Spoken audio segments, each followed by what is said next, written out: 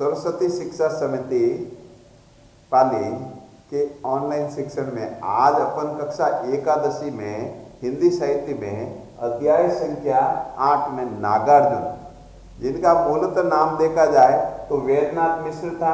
जन्म इनका 1911 में इनके ननियाल के गांव में हुआ था। गांव का नाम सतलका, जिला दरभंगा, बिहार में इनका जन्म हुआ। वैसे इनका मूल गांव का जो नाम है वो तरोनी गांव है, जिला मधुबनी, वो भी बिहार में ही पड़ता है। मूल नाम वैद्यनाथ मिश्र था। इनकी जो प्रारंभिक शिक्षा है वो संस्कृत पाठशाला में हुई थी। संस्कृत पाठशाला के बाद में उच्च शिक्षा के लिए आप वाराणसी और कोलकाता भी गए। ये बड़े फक्कड़ स्वभाव के और घुमकड़ी प्रवृत्ति के थे। इसी प्रवृत्ति के कारण ये भ्रमण करते करते 1936 में श्रीलंका पहुंच जाते हैं और वहां बौद्ध धर्म से प्रभावित होने के बाद में वे बौद्ध धर्म में दीक्षित हो लेते हैं, अर्थात वहां शिक्षा ग्रहण कर लेते हैं, अपना धर्म बौद्ध धर्म स्वीकार कर लेते हैं और 1938 में पुनः स्वदेश अर्थात भारत लौटते हैं। बौद्ध धर्म ग्रहण करने के बाद में ये यहाँ आते हैं और कई राजनीतिक कारण से, उस समय आज़ादी का आंदोलन चल रहा था, तो ऐसे कई कार्यों के कारण आप कई बार जेल भी गए, इनको जेल भी जाना पड़ा। और साथ में 1935 में आपने एक साप्ताहिक मासिक पत्रिका निकलती थी, अखबार का नाम था दीपक, उसको आप लेखन का काम, संपादन का काम आपने किया था।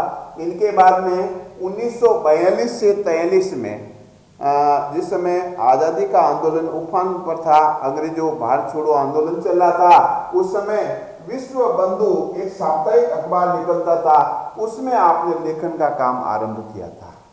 वैसे बिहार के होने के कारण इनकी जो मूल भाषा है, मातृभाषा मैथिली थी और मैथिली में आप पहले यात्री के नाम से लिखते थे। वेदनाथ मिश्र इनके बाद में जैसे बौद्ध धर्म दीक्षित होने के बाद में आप हिंदी में लेखन का जो कार्य है वो नागार्जुन के नाम से लिखना शुरू कर लेते हैं। और इनके लेखन के कारण, पहले अपन इनके पुरस्कारों की बात करेंगे तो इनको जो हिंदी के श्रेष्ठ पुरस्कार है, जिसमें आप देखेंगे साहित्य अकादमी पुरस्कार उत्तर प्रदेश सरकार द्वारा जो दिया जाता है, भारतीय पुरस्कार है, वो भी पुरस्कार इनको मिल रखा है और मैथिली शरण गुप्त पुरस्कार भी इनको दिया गया और राजेंद्र प्रसाद पुरस्कार भी इनको मिला और साथ में सीकर पुरस्कार भी इनको प्राप्त हुआ। इनकी रचनाओं के कारण अनेक ढंग से इनको पुरस्कृत किया गया। तो नागार्जुन जो मूलतः देखा जाए जो प्रगतिवादी विचारधारा के कवि थे, क्योंकि इनका जो जन्म तिथि से लेकर और लेखन का कार्य देखोगे प्रगतिवाद और साथ में नई कविता के लेखन तक आप लगातार सतत लिखते ही रहे थे, क्योंकि इनकी जो मृत्यु तिथि देखोगे 1998 तक आती है। तो अब इनकी रचनाओं के परिचय के बारे में अपन देख लेते हैं। रचनाएं आपने कौन कौन सी लिखी हैं? जैसे रचना में इनकी जो अनेक रचनाएं जो प्रसिद्ध रही थी, जिन रचनाओं के नाम अपन देखते हैं कि जिनमें युगधारा,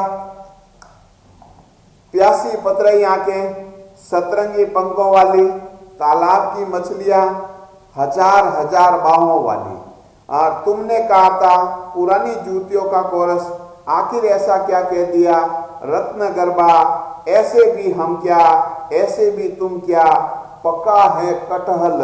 रचना का नाम है मैं बिल्टी का बूढ़ा घोड़ा और भस्मासुर, जैसे बलचनमा, रतिनाथ की चाची, कुंभी पाक, उग्रतारा, जमनिया का बाबा, वरुण के बेटे, उपन्यास इनके विशेष महत्व रखते हैं। उनकी ये जो सारी रचनाएं हैं नागार्जुन रचनावली के 7 खंडों में प्रकाशित है, जिनको अपन देख सकते हैं। अब अपन इनके विषय के बारे में थोड़ी बहुत बातचीत करेंगे। वैसे इनकी जो रचनाएं हैं, काफी रचनाएं तो छंदबद्ध रही थी और छंद मुक्त रचनाओं का भी आपने यहाँ विवरण किया, क्योंकि ये संस्कृत से पढ़े हुए थे तो संस्कृत काव्य परंपरा का पालन भी इन्होंने किया था। और दूसरी ओर बोलचाल की जो भाषा है, खड़ी बोली हिंदी में भी आपने लेखन का काम किया है, जिसमें अब अपन इनके विषय की बात करते हैं तो आपने हमेशा लोक जीवन, जैसे कि देखा आपने फक्कड़ प्रवृत्ति के थे और घुमक्कड़ प्रवृत्ति के थे, घूमने वाले जहाँ जहाँ भी जाते हैं तो उसी के अनुसार तो इन्होंने जैसा देखा है वैसी रचनाओं के नाम लिखे।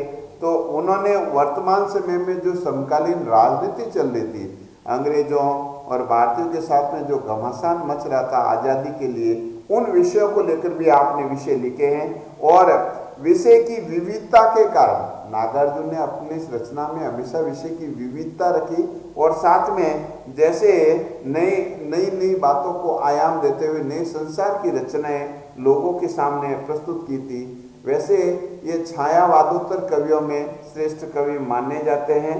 और इन्होंने की रचनाएं देखा जाए तो आज ग्रामीण चौपाल से लेकर विद्वानों की बैठक तक के समान रूप से ये आदर पाती है, क्योंकि इन्होंने जटिल से जटिल विषय पर सहज और संप्रेरणीय भाषा में लिखा है। जैसा प्राचीन में अगर पुनः पिछली कक्षाओं में देखा जाए तो आपने दंतुरित मुस्कान रचना इनकी पढ़ी होगी।